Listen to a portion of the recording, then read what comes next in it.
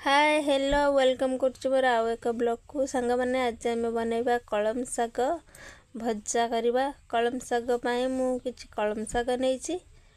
कलम शाग को मु हला आगे प्रथमे मु माने धोई देइथिले, धोई आनी के तापरे जो बाछि की ताकू मु देख काटी दउछि। कलम शाग को काटी दबा। सांग मैंने जदि मो चैनल जदि नुआ थे प्लीज़ मो चैनल को टे सब्सक्राइब करदेवे। मो रेसिपी जदि भल लगे आला सांग मैंने केमती अच्छे मु हला बहुत भलर अच्छी। आशा करुँच आपण मैंने भी बहुत भलरे थे। सांग मैंने देखंतु मु कलम शाग को काटी देइछि। एबे मु ताको नै कि जीबी माने धोइबा पई कि नै जीबी कलम शाग को माने धोई थी आउ टिके माने धोई आनिबी।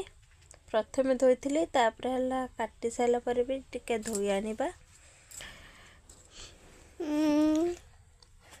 एबे कलम शाग को भल भाବରେ धोई दउछि।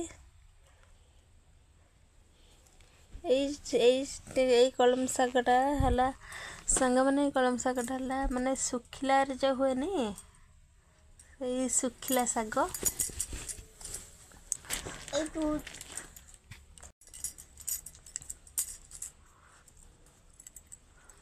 मो शागटा को भल भाବରେ धोई आनिछि। एबे संग माने एबे हला मु माने लगेबी चुली। एबे चुली लगेबी। चुली लगे सारा पर तापरे कढ़ईटा को टिके तातीबा पई कि छाड़देली। कढ़ई एबे ताती गलानी तो भितर मु हला शाग जो धोई आनी रखिली शागर माने भल भाବରେ पानी गड़ी जाइछि। ताको एबे भाजीबा टिके समय भाजीबा। भाजी साइला पर तापर जाके टिके लूण पकाइबा। स्वाद अनुसार लूण पकाइबा। टिके देखंतु संग माने जम्मारो घोड़ेइबनी। घोड़ेइले माने शागटा भल लागबनी, अधिका सिझी जीवो। जेतिकी पानी थिबो से जो शागरे जे सेमती माने बिना घोड़ा साहाଯ୍य रे ताको खाली भाजीबा।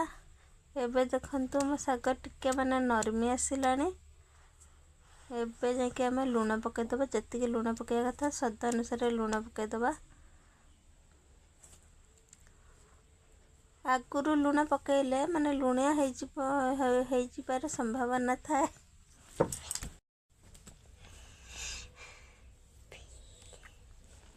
एबे सेतरे मो स्वाद अनुसार लूण पकाइबा। लूण पकाइकी ताकू माने घांटीबा जे पर्यंत शागटा न सिझिछि। शाग सिझी 1/2% सिझी गलानी। ये देखंतु सांग माने शाग एबे हमर पूरा पूरी सिझिकी रेडी हो सारानी। एबे मु हला माने ताको बघारिबा पई कि शाग देखंतु सिझी गलानी। एबे ताको बघारिबा पई कि किछि रसुण नै जिबा। रसुण को एबे देखंतु मु रसुण नै कि ताको हला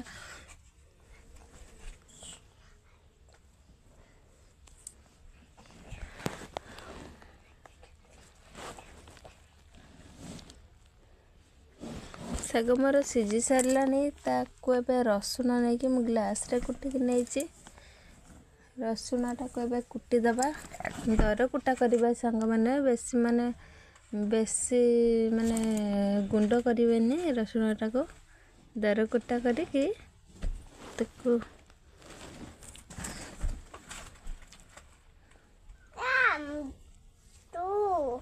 धना बदमाशी करना। एबे देखंतु मो शागटा पूरा सिझी पूरा रेडी हो जाइछि। ताको एबे गोटे प्लेट को काढ़ी दबा।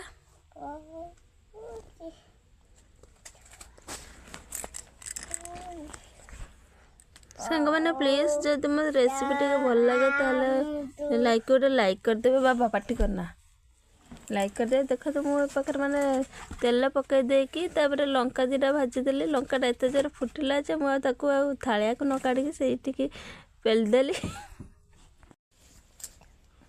ଏବେ ହେଲା ସୋରିଷ ଜିରା ପକେଇଛି ସେ ଫୁଟିବା ପାଇଁ ଛାଡ଼ିଦେଲେ ସେ ଏବେ ଫୁଟି ସାରିଲାଣି। ତା ଦେହରେ ଯେଉଁ ଦର ଖଣ୍ଡ କରିକି ମାନେ ଦର ଛେଚା କରିକି ରଖିଥିଲେ ରସୁଣ ତାକୁ ଆମେ ଭାଜିବା। ବେଶୀ ଭାଜି ଦେବାନି ସାଙ୍ଗମାନେ, ଅଳ୍ପ କି ଭାଜିବା ହାଲକା କି, ମାନେ ଯେମିତି ରସୁଣର ଧଳା ଅଂଶ ଦେଖାଯାଉଥିବ, ମାନେ ଗୋଲ୍ଡେନ୍ ବ୍ରାଉନ୍ ହେଇନଥିବ, ଟିକେ କଞ୍ଚାଳିଆ ଅଂଶ ଥିବ। ତାକୁ ହେଲେ ଆମେ ଶାଗଟାକୁ ପକେଇକି ଘୋଡ଼େଇ ଦେବା। ଘୋଡ଼େଇ ଦେଇକି ତାପରେ ହେଲା